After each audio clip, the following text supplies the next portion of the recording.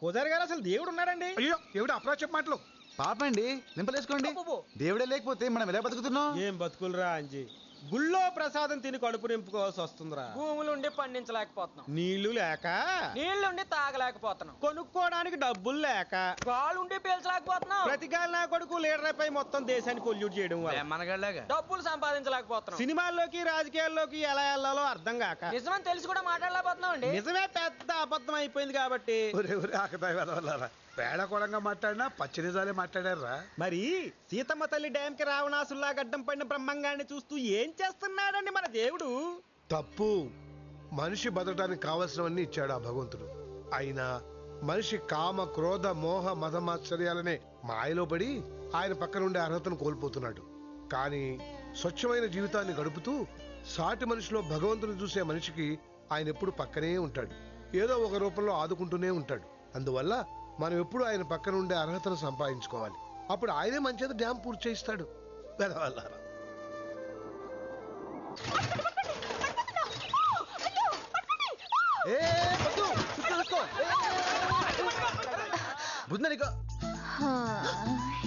Thanks Anji. Shri Anjaneyam. ఏంట్రా అంజీ 3 రోజుల నుంచి కనపడటం లేదేంటి?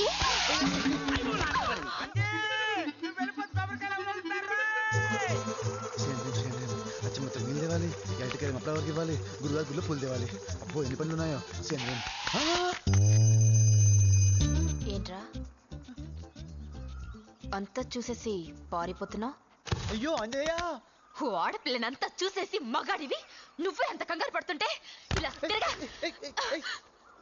సాక్షాత్తు ఆడపిల్లను మొగుడు తప్ప ఇంకెవరు చూడకూడదు. నువ్వంతా చూసేసి ఇక్కడ ఇక్కడ కొరికేసి మొత్తం నొక్కేసి మరి నాకెలా? అది పద్దు పాము కట్టేసింది కదా నా రోజు. చంపేస్తాను నిన్ను, వదలను. నువ్వే నా మెడలో తాళి కట్టేది. అందే స్వామి. ఏంట్రా తాళి కట్టలేదనుకో తోలు తీస్తా. ఏ అక్కడే ఉండు. చిక్కి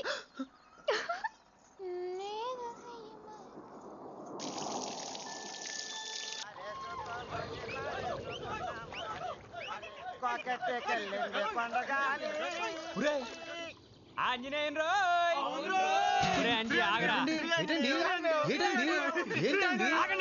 ఒరే అంజీ, మన ఆంజనేయ స్వామి 7 సముద్రాలు దూకాడు కదా? దూకాడు కదండి. దూకలేదా? సముద్రమే దూకలేదు, దూకలేడా, చెరువే దాటలేడు. తప్పండి, పాపండి, కలిపోతాయండి. దూకాడు కదండి కదా. మన ఆంజనేయ స్వామి 7 సముద్రాలు దూకాడని ఎదవనా కొడుకులు నమ్మాలంటే నువ్వు ఆంజనేయ స్వామి భక్తుడు కనుక ఆ కాలువ దూకాలి. కాలువ అండి? కాలువ అంటారా? నువ్వు ఈ కాలువ దూకే చాలరా. దూకరా చూద్దాం. దూకరా పర్లేదు, దూకు.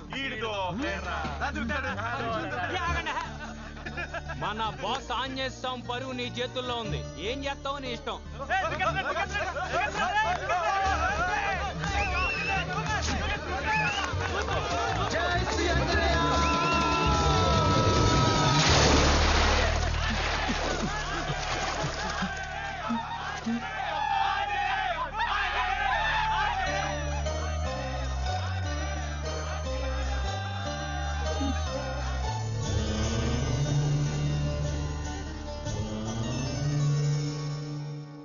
సరే సరే, సీతమ్మ తల్లి డ్యామ్ గురించి ఆ ఎమ్మెల్యేకి నువ్విచ్చిన స్ట్రోక్ సరిపోలేదు బ్రహ్మం. చాలా సైలెంట్గా మనకి తెలియకుండా కోర్టులో ఫైల్స్ కదుపుతున్నట్ట. హైదరాబాద్ నుంచి ఫోను. కొడుకు ఏంటి వేసేది? చేసిన దరిద్రాలు చాలవా? నేను వద్దన్నా వినకుండా దేవుళ్లాంటి ఆ ఇంజనీరు వాడి భార్యను నాతోనే చంపించావు. ఆ ఉసురు తలిగే మన అమ్మ నాన్న నిద్రలోనే పోయారు.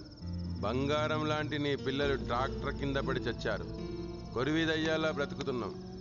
అయినా 10 ఊర్లకు పనికొచ్చే ఆ డ్యామ్ కడితే నీకొచ్చిన నష్టమేంటో నాకేం అర్థం కావడం లేదు. నష్టం కాదురా యదవా, నాశనం అయిపోతావురా. డ్యాములు కట్టి పంటలు పండి కడుపులు నిండి జేబులో చిల్లర జలజలమంటుంటే జనం మన మాట ఎందుకింటారా? జనం కడుపులు కాలుతుంటేనే మనలాంటి పొలిటికల్ లీడర్లు బతికుండేది. ఇప్పుడు ఎమ్మెల్యే గాడు సీతమ్మ తల్లి ప్రాజెక్టు పూర్తి చేసి దానికి అప్పుడెప్పుడో సచ్చిన ఇంజనీర్ గాడి పేరు పెట్టేసి దాని పేరు చెప్పుకుంటూ ఈ ఎమ్మెల్యే గాడు సచ్చిందాకా ఎమ్మెల్యేగానే గెలుస్తూనే ఉంటాడు. అప్పుడు మనకేటి మిగులుద్ది? బొచ్చు. అందుకని ఈ ఎమ్మెల్యే అన్నయ్యను సంపక తప్పదు. నీ కర్మ. కరెక్టే బ్రహ్మం. కానీ ఈ పరిస్థితుల్లో ఎమ్మెల్యేకి ఏం జరిగినా మనమే చేసేవనుకుంటారు. అంటే మనం సీన్లో ఉండకూడదు. మన చేతికి మట్టి అంటకుండా ఎమ్మెల్యే ఏమయ్యాడో ఎవ్వరికీ తెలియకుండా సీతమ్మ తల్లి ప్రాజెక్టు పూర్తి కాకుండా పని జరిపించాలి. అబ్బో, ఎలా? మన చేతికి మట్టంటకూడదంటే నాకు తెలిసి పని చేయగలిగిన వాడొక్కడే ఉన్నాడు.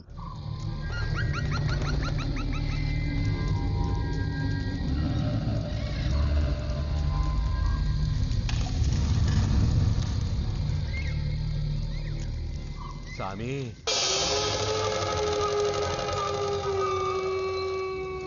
బ్రహ్మ, శాతబడులతో మనిషిని చంపటం చాలా కష్టంరా. పిశాచకాలు సులువుగా మాట వినవురా. వికటిస్తే మన ప్రాణాలకే ముప్పురా బ్రహ్మం. అలా అనకండి స్వామి. ఎలాగైనా సరే ఆ ఎమ్మెల్యే బతుకుండకూడదు. డ్యామ్ జోలికి ఎవ్వడూ రాకూడదు. ఎంత ఖర్చైనా పర్వాలేదు. తప్పదా? ఎంత ఖర్చైనా. కత్తి పట్టినోడు కత్తితోనే పోతాడు. మంత్రాన్ని నమ్మినోడు మహమ్మారి నోట్లో పడతాడు. చరిత్ర చెప్పిందనయ్య. వచ్చి వచ్చి పెద్దారా,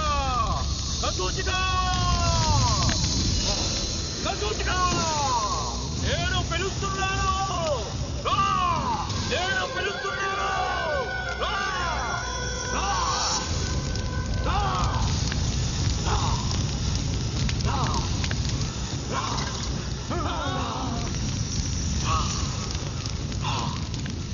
నా ప్రాణాలు ధారపోసైనా సరే ఆ సీతమ్మ తల్లి డ్యాం పూర్తి చేస్తాను.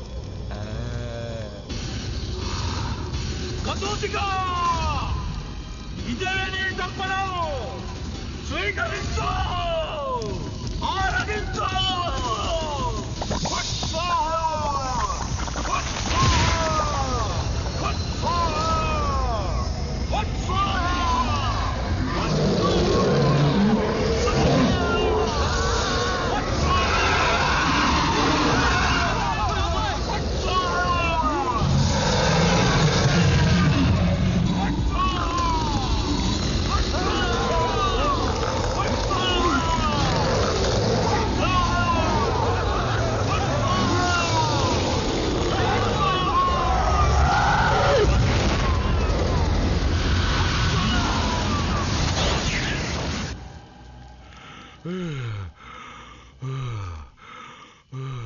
All time state record Chandrababu Sonia గాంధీదే కాదే.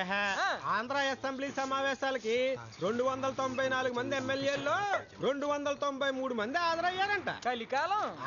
మరి ఆ మిగతా ఒకడు ఎవడు ఏమైనట్రా? మనూరు ఎమ్మెల్యే బాబాయ్ హైదరాబాద్ వెళ్దామని గోదావరి ఎక్స్ప్రెస్ ఎక్కడైనా బయలుదేరాడంట. మరి మధ్యలో ఏమైనా అర్థం కావట్లేదు. ఉన్నట్టుండి ఏమైపోయాడు రాడు? కనపట్లేదంటే మా స్టేషన్ లో కూడా అదే అనుకుంటున్నారు. నేను ముందు నుంచి చెప్తూనే ఉన్నాను. ఆడిన బెమ్మనగాడే ఏదో చేసు. ఆడికి ఇదేం పోయే కాలం.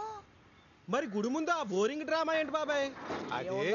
మాయమైపోయిన ఎమ్మెల్యే కూడా బయటకు రాకుండా జనాలను ఐస్ కూలింగ్ చేసేసి by election route clear చేసేసుకుంటున్నాడు బెమ్మనగోడు. అమ్మిడి తాస్తదియ్యా.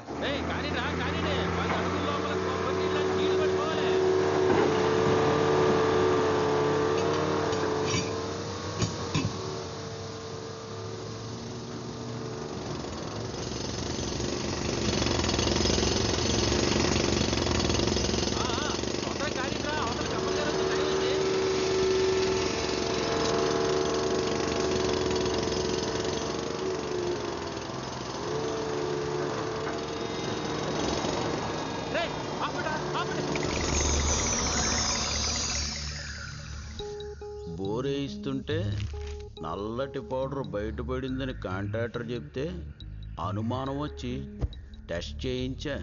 Full granite, నల్ల బంగారం. గుడి ముందు, గుడి కింద, గుడి చుట్టుపక్కల మొత్తం గ్రానైటే. అదం పక్షం ఎంత లేదన్నా ఓ 100 కోట్లు వస్తుంది. రామయ్య తండ్రి, అవును బ్రహ్మం. కష్టపడి జనం దగ్గర దొబ్బేసిన 5 కోట్లు ఎలక్షన్లో మళ్ళీ ఆ జనమే మింగేసి ఓట్లేలేదని దయతలచి ఇంత ఇస్తున్నావా తండ్రి? రాములోరి గుడి కింది సొమ్ము రాములోరిదవుద్ది గాని మనదెందుకు అవుద్ది? 5 లేరా? ఫు! ఇదిగో లాయర్ అన్నయ్య, జనం గొడవ పెట్టకుండా దాన్ని తవ్వించేసే మార్గం చెప్పు. రాములోరి గుడి జోలికి వెళ్తున్నాడు, వీడికి ఏదో పోయే కాలం వచ్చింది. చెప్పన్నయ్యా. గుడికి వాస్తు దోషం ఉంది, అందుకే రాములోరి గుడి ఉన్న ఊళ్ళో మెట్లు కడగడానికి కూడా నీళ్లు లేవని ప్రచారం చెయ్యాలి. అప్పుడు మార్పుల పేరుతో గుడిని తవ్వేసినా లేకపోతే ఏకంగా పీకేసినా చెల్లిపోద్ది. కాకపోతే రాములోరికి పాలరాతి గుడి కట్టిస్తామని చెప్పాలి, అవసరమైతే కట్టించాలి. మనకొచ్చే దాంతో పోలిస్తే ఆ ఖర్చు నథింగ్. ఎలాగైనా గుడి అక్కడ ఉండటానికి వీల్లేదని ఆ జనం చేతే చెప్పించాలి. అంటే పవిత్రమైన దేవాలయం ముందు పరమ చండాలం జరగాలి.